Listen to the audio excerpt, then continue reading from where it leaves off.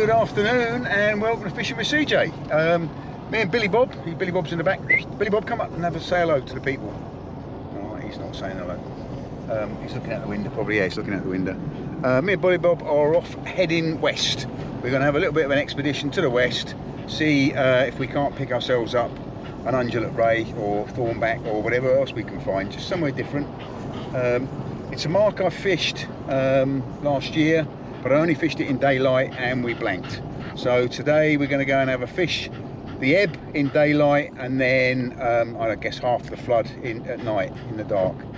So that's where we're going. It's a mark, it's in West Sussex. We've been to Tools and Tackle in New Haven and we picked up some bait, but I have organised some black lug and we're going to go and drop into the local tackle shop to where we're going and just have a chat, see what's going on, see what people are catching with, and just learn the score, which, you know, that's what we need our local tackle shops for, to give her that sort of information.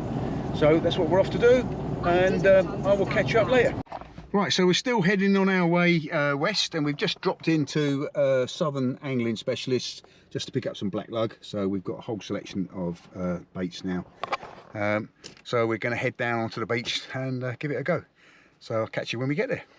Well, we've arrived, we're on the beach, westerly wind, but we are sheltered. We've got this buttress here sheltering us a bit, but looking out to sea, right on the horizon, you may or may not be able to see it on the camera, that's Selty Bill, which obviously also shelters from the westerly wind. Look out to sea and you can see, I don't know, 500 metres out and lots of white caps, but inshore it's fairly calm. Looking down that way, what we're looking at is we're looking at Bognor Regis. So we're hit between Selty Bill and Bognor Regis. Let's go and have a look at the actual rods we're going to be using today. So I've got my Penn Mag 4 rod back, which I'm very happy about. Thank you very much to Angler's Den and Pure Fishing and Penn for the quick turnaround of that. And so I've replaced the tip, which is very good of them. So that's one rod with a Penn Mag 4 reel. And then the other rod has got a Penn Fathom casting special, Fathom 2 casting special. That's got braid on it. The Mag 4 has got monofill on it. So classic monofill set up with a shock leader. The rigs that we're using, pretty similar. They're both 3-hook patternosters. So on this rod we have a standard classic 3-hook paternoster. We're using an imp today. No rhyme or reason to that other than I didn't have any Geminis in my bag, and then a breakaway lead. So that's holding the bottom hook. That then goes up to a cascade swivel, which the second hook is clipped into. Lugworm on the bottom hook, ragworm in the middle hook, and then the top hook is ragworm, again on a sprung paternoster, which comes down and clips into the into the little cascade swivel there. The bottom hook on this one, I have got 5 pop-up beads, 6 pop-up beads, and a lead shot. So the idea being is that the bait will just flutter around above the bottom. It's got a little flasher on there as well. Hopefully that's going to attract something, and it might just keep the bait out of the reach of the crabs as well. The second rod, again, it's a similar, but it's a 2-up 1-down rig. So we've got the first snood is on a spring, on a tracked swivel, goes down, clips into a one of these little tiny cascade swivels, and then the third hook is all the way at the bottom, and halfway along the snood there is a cascade swivel. Okay, so the hook on that bottom snood clips into the clip. Okay, it comes up, and then the middle hook is clipped into that cascade swivel. So the idea being that the hard bait is fished hard on the bottom. The second snood in this case has got the pop-up, which is, I think it's 5 pop-up beads this time, with a lead shot. Again, hoping that we're going to keep that just fluttering around above the bottom. See if we can't attract something that's interested in something that's moving around, and possibly keep the bait out of the reach of the crabs. Again, small piece of ragworm on the top hook, small piece of ragworm in the middle hook, and then a reasonable sized black lug on the bottom hook. So let's get these cast out. No more ado, let's get fishing. Okay, we're going to just do off the ground casts, first few casts, just getting into the swing of it again. interesting crosswind blowing, so we'll see how that affects the cast. I haven't had westerly wind for weeks, so I'm used to casting with an easterly wind, which is a bit odd. Billy Bob's shouting encouragement, stay there, stay there, stay there.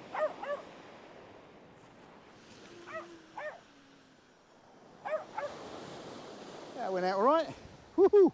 Emptied the reel. We're going to have to put some more line on here. That's the problem of using 79-pound braid, and we have lost a few bits, but look at that, just about got some left on. And here's the monofil rod. See how that goes out.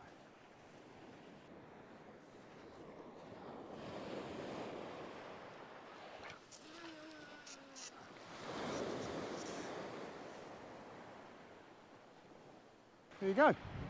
So that's it, we're fishing. Right, just bringing in the left-hand rod. There has been a little bit of activity on it, but it's not particularly bitey activity. But so it could be crabs, could be a bit of weed. Oh, I don't know how snaggy it is here actually. Doesn't feel like there's anything nodding or pulling on there, but it doesn't always follow. This isn't a particularly good place mark, but they do catch the occasional place, which is what I'm kind of hoping for today. Water's a bit clouded, and I am also reliably told that the spider crabs are starting to arrive in numbers here as well. So we'll see if we get any bitten off snoods.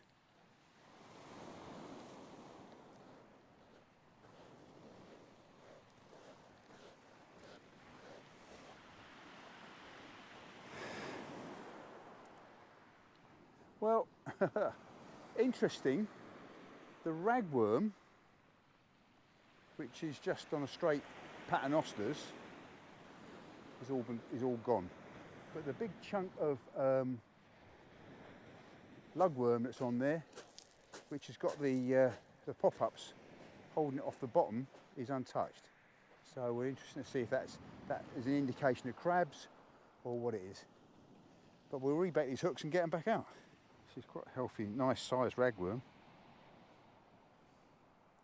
I mean, it's not dug, it's cultivated. I always use a baiting needle for my worms now. Just seems to speed up a bit.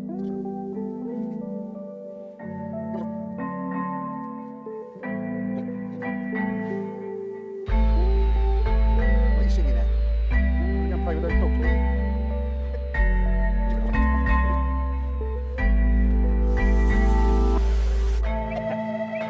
Tell me, where are you now? Are you walking in your sleep? 'Cause this is like a dream, and you're standing next to me. But it's too dark, too dark, too dark. I can barely see your face. It's too dark, too dark. This is too hard. Still I know you're next to me. Na, na, na, na, na, na.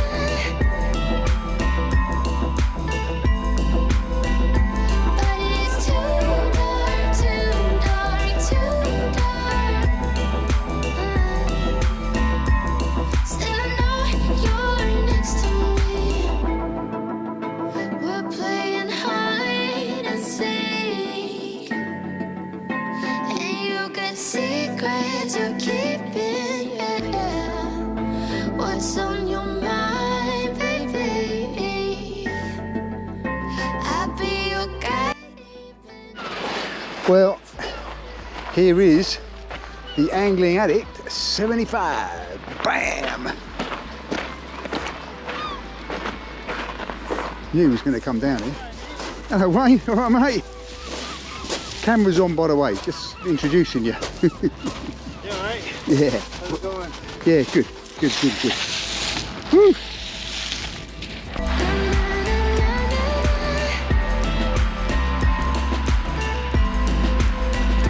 But it's too dark, too Well, as you can see, it's dark.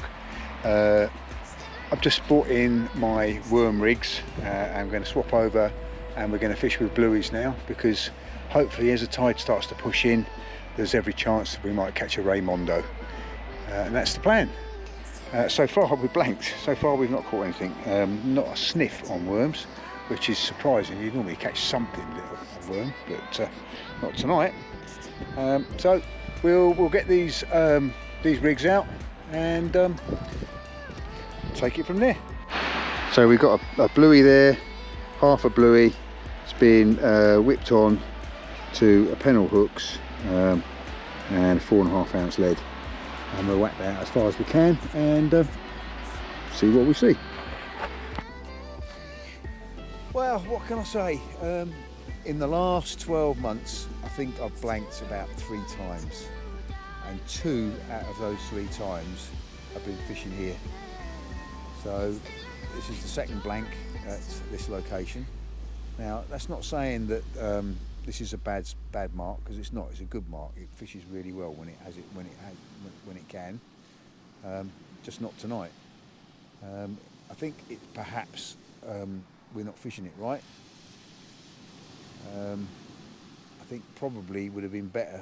The stage of the tide that is at the moment, which is about halfway up, is the time to start fishing here, and we're about to pack up.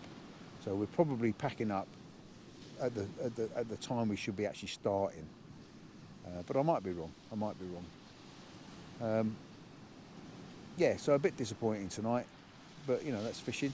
Wayne hasn't blanked. He's had a pout in and he's had a little strap conger, which is 1 pout in and 1 strap conger more than I've had. But anyway, that's fishing. We'll start packing up and I'm going to go home because it's getting towards midnight. I said I was only going to fish to midnight, and my bed is a-calling. Also, I'm quite hungry now, so I might...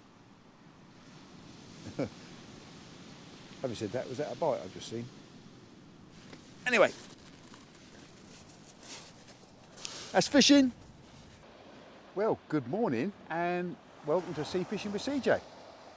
Back on the beach. I've come down to Eastbourne. I've got some bait left over from my disastrous trip to Aldwick during the week. So I thought we'd come down and fish some of the tide up, just see what's going around. I'm not holding out much hope. Hopefully I'll scratch something up. The watercolour is very, it was quite a blow yesterday, so the watercolour is very opaque out there. I'm going to be fishing 2 rods. One is going to be scratching with a bit of worm and squid on it, and the other one I'm going to be blasting out a fish bait just in case there's a ray mooching around out here in all this murk. It's a very still day. The wind has dropped away, but I do think we're in for a little bit of rain. Looking at that big blackness over there. Although having said that, the weather should be coming from the east today. So let's have a look at the first rig that I'm going to be using. I'm going to be using my SS10, BlackRock SS10. It's a continental rod. I'm going to be using it with a fixed ball reel. It's a Penn Affinity as the reel. Got heavy duty braid throughout, so no shock leader. Casting cannon to assist with the cast. I'm going to use a rolling lead so that it, with a bit of chance, it'll roll around a little bit and seek out a gully. Got 3 hooks on here. The bottom hook, the bottom clip down, has got some floating beads with some shot beneath them. So the idea is that this will float up off the bottom and just flutter around in the tide. Okay, that clips down into an imp above the weight. Okay, it's attached to the rig body by a cascade swivel. I think you can see that there, which has got a little clip on it. That clips the second snood in, okay, and then that in its turn is attached by a cascade swivel, and the third snood attaches to that. I've got some black lug, which is still alive, believe it or not. It's a bit past its best, and I'm tipping that off with squid. And the top snood is just a trap swivel on a little tiny stainless steel spring, just to give it that little bit of tension, just to help it hold it all together. The idea being, as soon as the lead hits the bottom, the imp releases the bottom snood, it floats up, it releases the middle snood, which in turn releases the upper snood, and that's the idea. I've Been watching a lot of Mark Williams's channels just recently. If you haven't checked that out, it's a very good channel. I've learned a lot from it, and he advocates just putting a little bit of elasticated thread on the shank of the hook with a worm, just to stop it all bunching up around the snood and obstructing the hook. So I'm going to try that.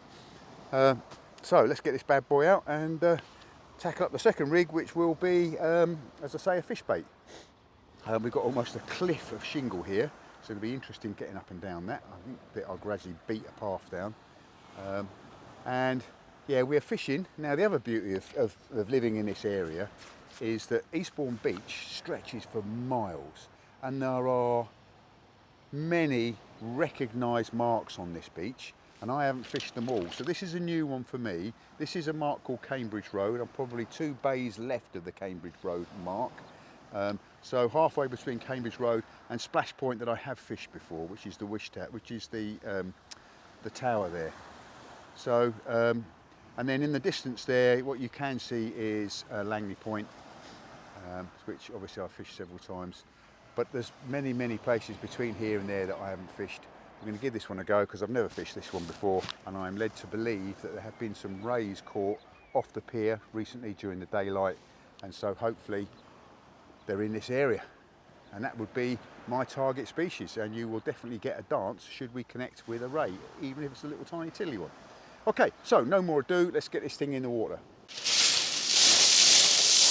We'll see if we can blast this out. Off the ground cast, of course. See how far we can get it.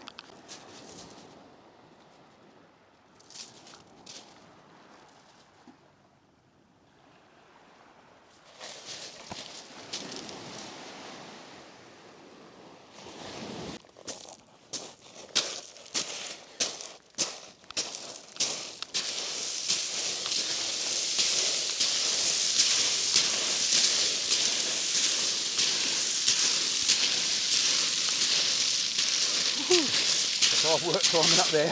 For my second bait, I'm going to be fishing a bluey. Now the first thing I've done is I've trimmed the tail off, because you don't want the tail there because it'll act like a propeller and it'll spin the bait up.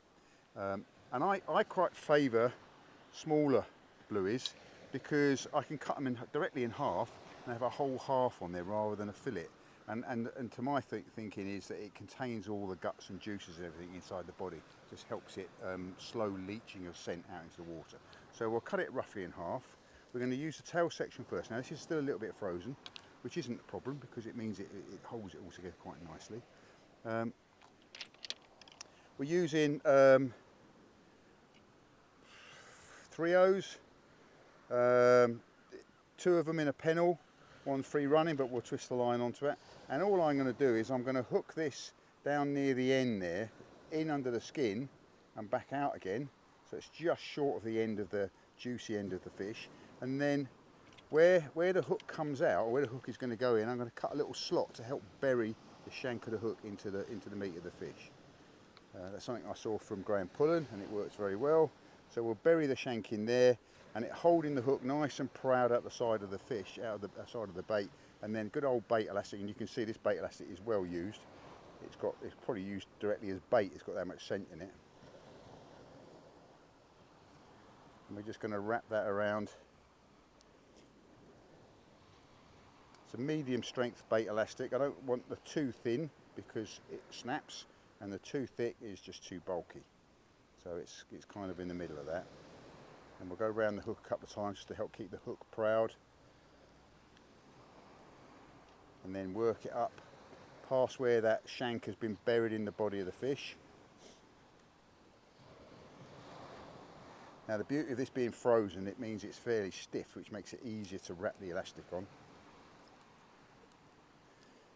Now some might say, but we're introducing more plastics into the sea. Well, trust me, the bait elastic comes back on the hook. Even if the bait has been shredded, the bait elastic stays behind. So it comes back and that goes into the bin with all the other things that we don't want on the beach.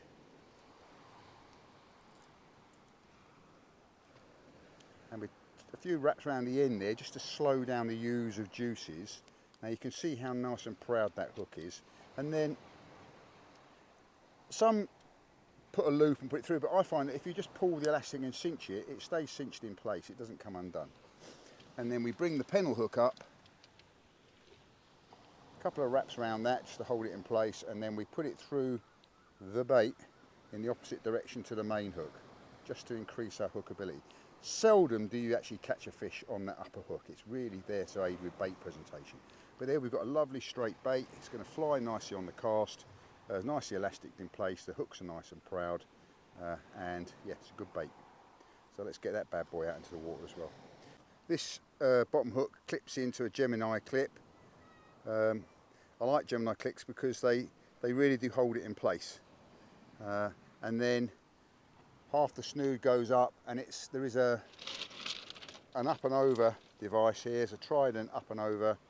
The line clips into that, and then we just pull it all taut.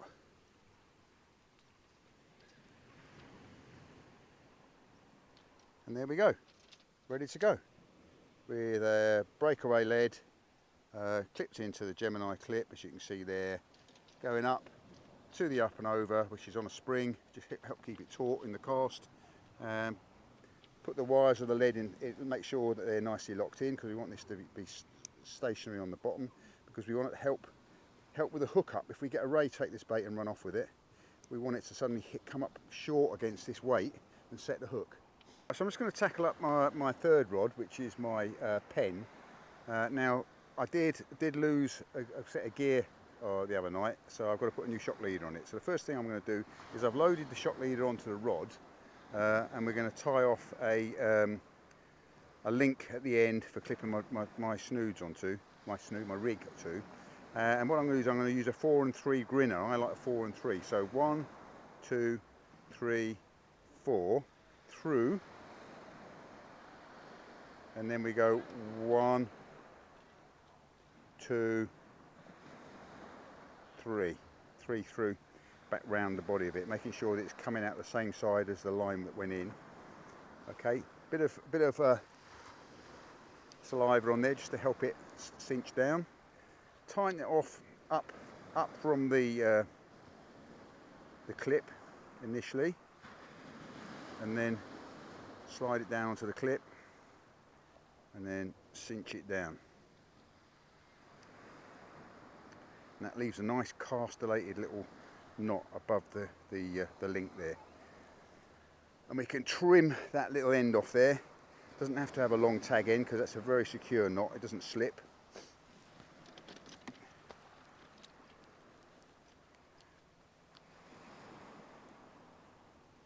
So trim that off, that goes in the rubbish.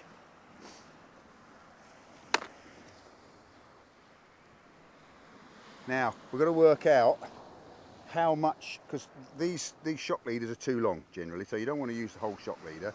You want to have it so that you've got enough to swing at the end, and you've got several winds of the tapered part to go round the reel, so we can lose quite a lot of this shock leader. So we'll go back to where the taper starts, so we have the benefit of the taper, but we don't want all of it.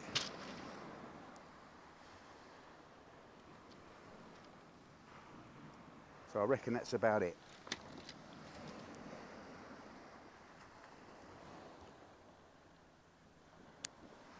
And then we'll sit down and we'll talk about the knot that I'm going to tie. Now there are any number of knots that you can tie for connecting leaders.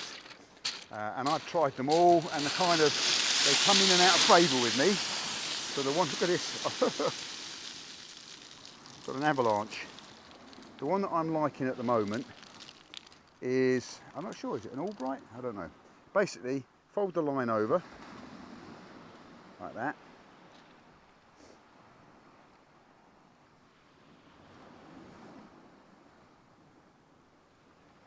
Then get your main line. You want a bit of that, so just let a bit out.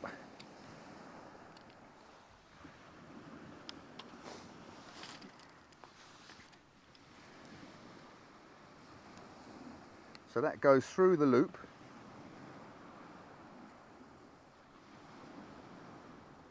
Through the loop. And then we want to go around both lines, working up the line to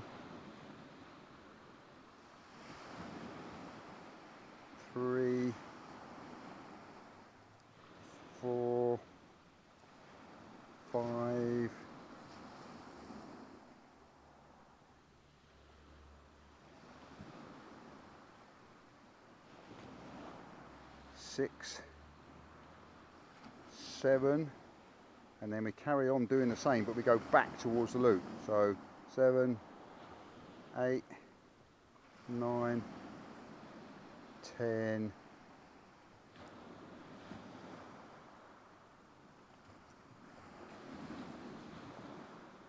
what have I done there? So now I've gone track between the two lines. That's no good. 10, 11, 12, 13, and 1 for luck, 14. And then we go back through the loop, so it's going back through the way that it came in. So it's not crossing over, like that.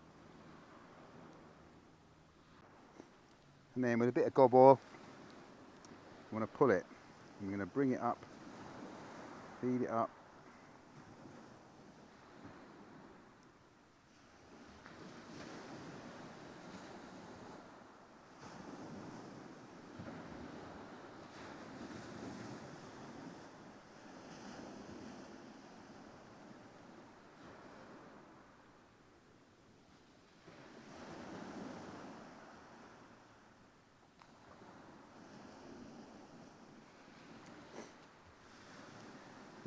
Obviously you've got to gradually build the tension up on this knot so it cinches down, gets away any of these loops that are folded over the top of themselves, and so you're testing to make sure that there's nothing wrong with the knot, it's not going to fail on you.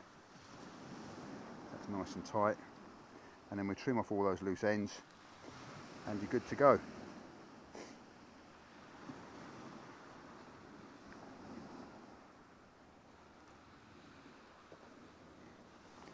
And there you are, job's a good one. Trim off the loose ends and you've got a nice leader lot.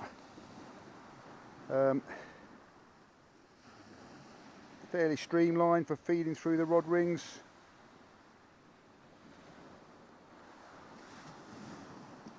Happy days. I do believe we have a bite. Of course now I put the camera on, it will stop.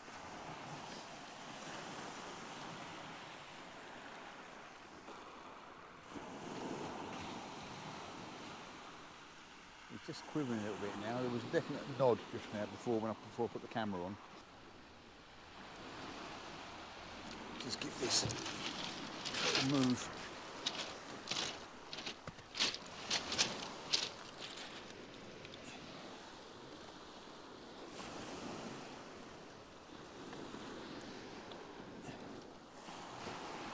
Oh yeah, definitely something on there.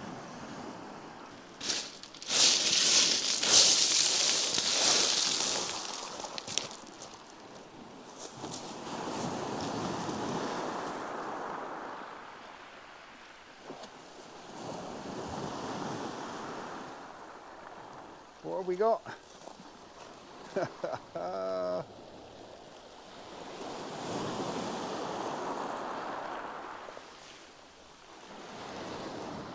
It's not a blank.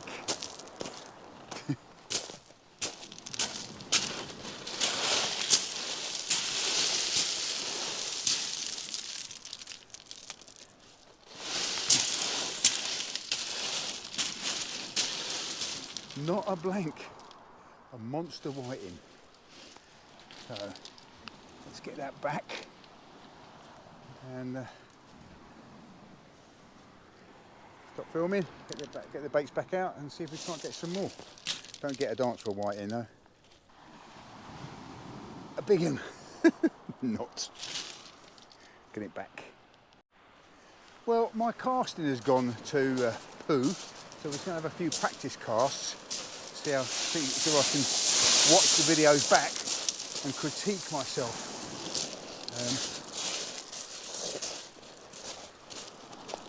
So we'll start off with just some gentle, just to get the line lay right.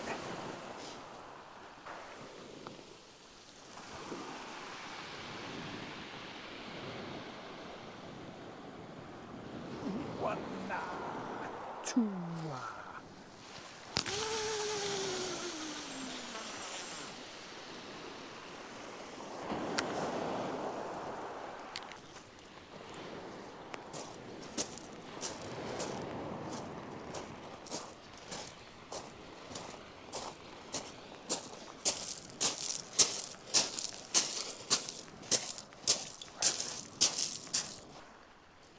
It's not a blank. I've had one little tiddly white in, but it's not a blank. So that makes it worthwhile. 2 fishing sessions, 1 little white in. Hard work, hard work. The session's not over yet. We'll check these rods because obviously I've been casting, so I've not been watching the rods. The one on the right looks like it might have something on it actually. Right, yeah, the one on the right might have something on it. We'll give it a little tug, bring the lead in a bit, see if we get a tug back. And then we'll carry on fishing. There's a little turnstone down on the beach down there, you probably just about see it. That's 2. Yep, let's get fishing.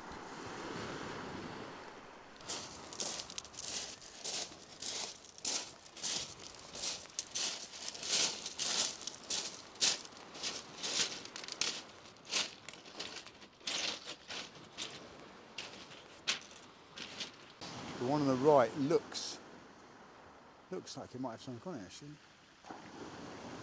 Right, yeah, the one on the right might have something on it. It's not a whiting, it's not a dogfish, it's not a pouting, it's not a tingaling.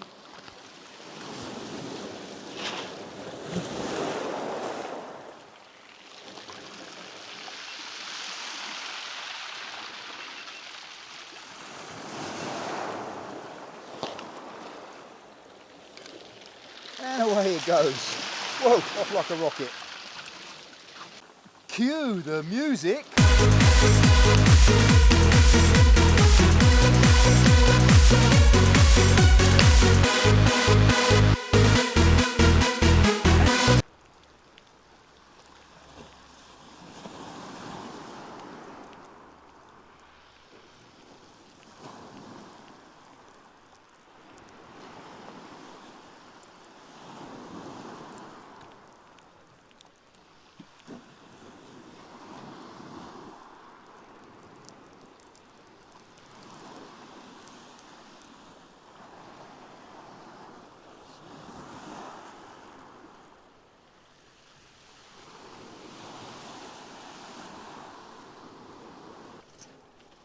It's been a pleasant afternoon on the beach, all I can say. It has been pleasant. Not a blank, as I had a little white in and had a little flounder. I don't know that I got the flounder on film though, because I think when I pressed the button it didn't start recording. But I've been fishing with the larger baits out as well in the hope of picking up something decent, and that is 3 sand eels which have been bait elastic together, and they've been out for quite a long time now and they've not even been crabbed. So the tide has now turned, it's on its way out, so I'm going to start packing up now and start heading home. So thanks very much for joining me on this expedition. Hopefully this will be, I'll put this together with the previous beach session so we make it a little bit more interesting. Keep safe, keep sane, keep fishing. I'm going to end the film now, but if I wind up fishing on the other rod, we'll do a little bit more videoing. But in the meantime, catch you on the next one.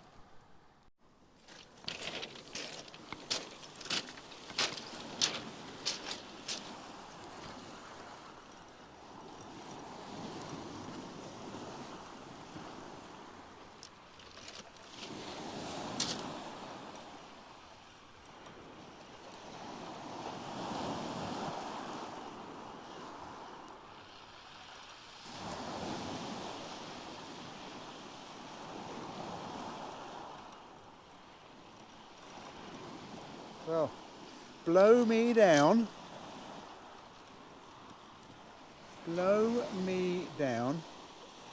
if I haven't got another little flatfish,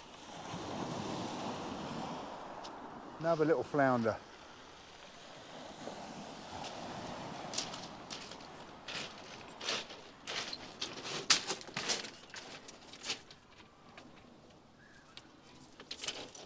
So, another lovely little flounder. Piece of flounder. You can rub, if you rub your your finger up the lateral line backwards, it's really rough. They're slippery that way, really rough there. And it's not a dab because it hasn't got that D-shaped thing, and it's got a paintbrush tail. So another little flounder.